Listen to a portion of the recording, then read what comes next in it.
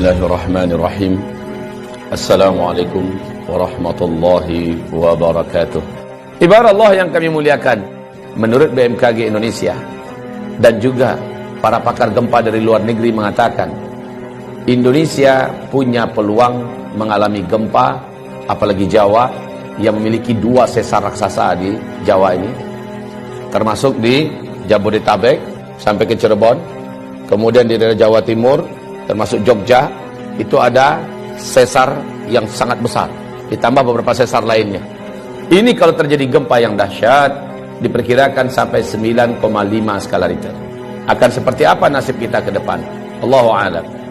Kita hanya berdoa dan berharap semoga tidak, semoga tidak. Saya juga berharap demikian dan kita aminkan bersama-sama. Mari, amin ya rabbana amin. Kulali, seorang pakar gempa Australia, baru saja menyampaikan bahwa dari Selat Sunda sana, dari Pandeglang, ada potensi gempa di dataran dangkal. Dan ini yang paling dikhawatirkan, Pak. Ini bisa menimbulkan tsunami setinggi 57 meter. Tsunami ini akan mengejar sampai seluruh Banten sampai ke Jakarta. Kalau 57 dari sana sampai Jakartanya sisanya 15 meter ketinggiannya.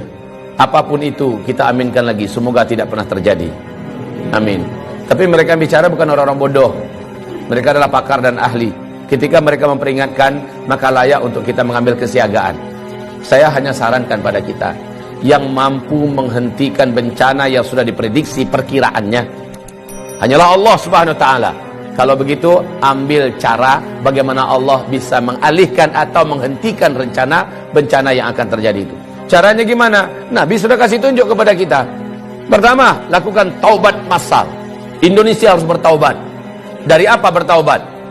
Indonesia harus umumkan taubat ini kepada Allah Subhanahu wa taala, pemerintahnya, ulamanya, ya. Apa yang harus masyarakatnya diajak?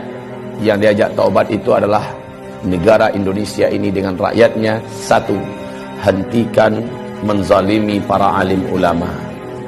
Gus Nur hari Kamis tanggal 27 Oktober, dia menerima hari Kamis itu surat panggilan, statusnya sebagai tersangka.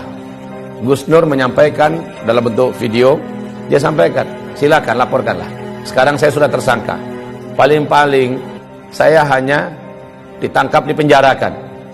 Atau mungkin bisa jadi saya dibunuh. Terserah kalian mau buat apa. Saya tidak ada takut. Tapi ingat oleh kalian, Allah Maha bangun.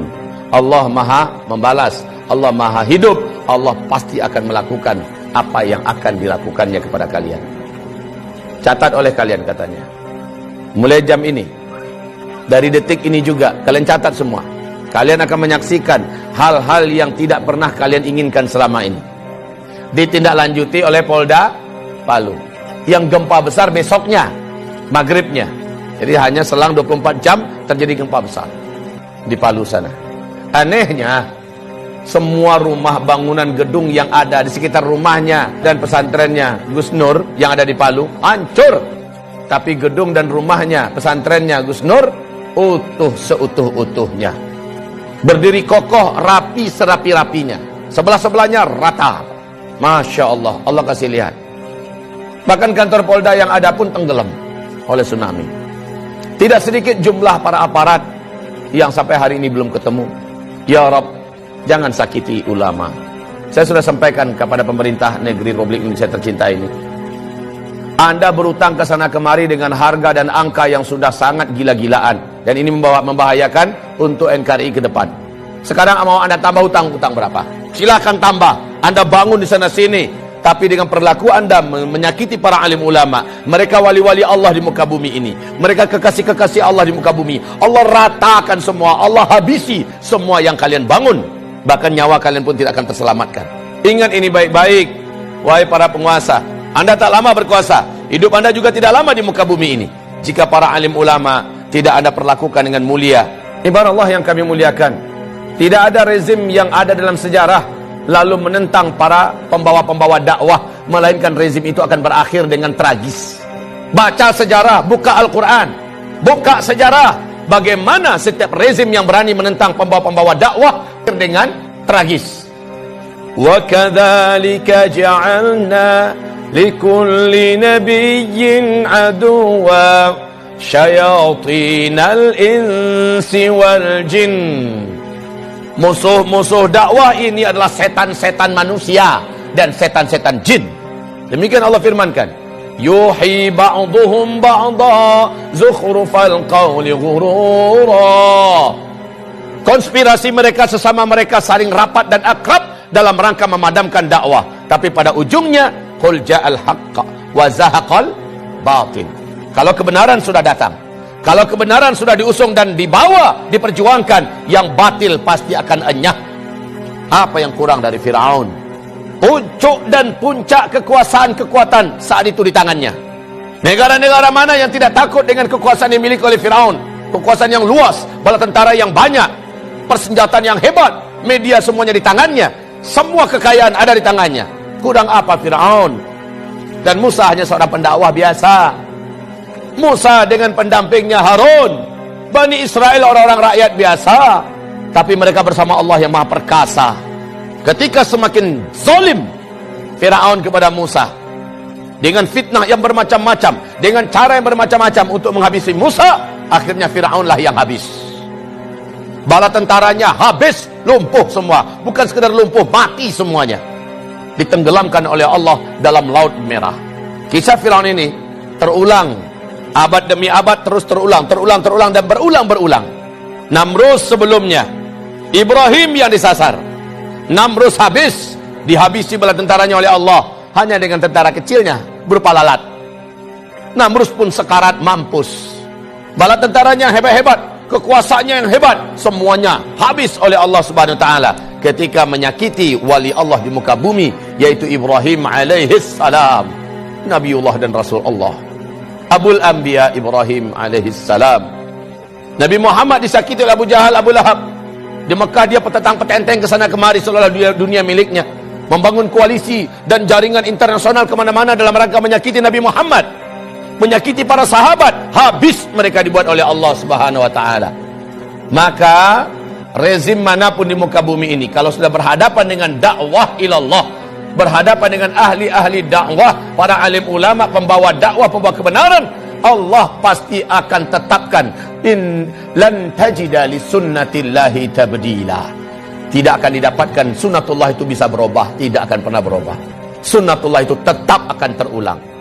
Saya tidak tahu omongan ini akan sampai tidak ke telinga para pemimpin dan berkuasa yang sedang memimpin di Indonesia. Saya tidak ingin para pemimpin yang ada, rejim yang ada berakhir tragis. Tugas saya hanya sekedar menyampaikan.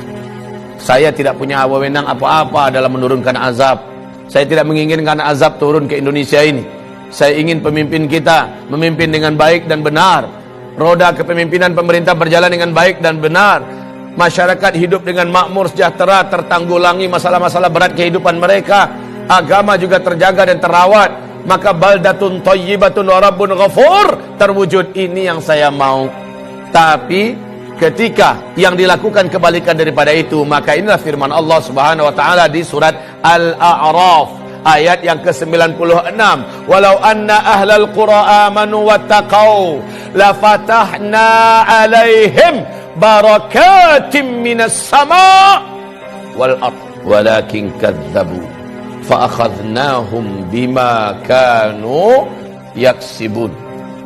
Kalaulah suatu negara, suatu bangsa, penduduknya benar imannya kepada Allah dan mereka melaksanakan perintah-perintah Allah, meninggalkan larangan-larangan Allah dan Rasulnya, la fatahna alaihim barakatim minas samai wal ard, pasti kami bukakan selebar-lebarnya pintu-pintu barakah dan kebaikan dari langit dan juga yang keluar dari bumi. Walakin, tetapi sayang, kadzabu, mereka mendustakan, mereka melawan dan menentang. Fa akhadnahum bima kanu yaksibun, kami siksa mereka. Fa akhadnahum bima kanu yaksibun. Kapan siksaan itu? Afa amina ahlul qura ayatiyahum ba'suna bayata wa hum naimun. Apakah mereka merasa aman ketika dosa sudah dibuat di mana-mana, maksiat sudah dilakukan di mana-mana? Mereka masih merasa aman daripada siksa dan azab kami yang datang kepada mereka baghtatan, tiba-tiba. Wahum naimun, mereka sedang di rumah-rumah mereka, mereka sedang kumpul-kumpul dengan keluarga mereka, mereka sedang mau tidur atau sedang tidur. datang kepada mereka siksaan kami wahum naimun. Awa amina ahlul qura ayatiyahum ba'suna duha, atau kami siksa mereka di waktu duha wahum yal'abun, mereka sedang main-main. Baik saudaraku, hamba-hamba Allah yang kami muliakan, insyaallah semoga bermanfaat yang saya sampaikan. Mari kita istighfar dan tutup dengan doa kafaratul majlis. Astaghfirullah, astaghfirullah, astaghfirullah. Subhanakallahumma wa bihamdika asyhadu an la ilaha illa anta astaghfiruka wa atubu ilaik. Wassalamualaikum warahmatullahi wabarakatuh.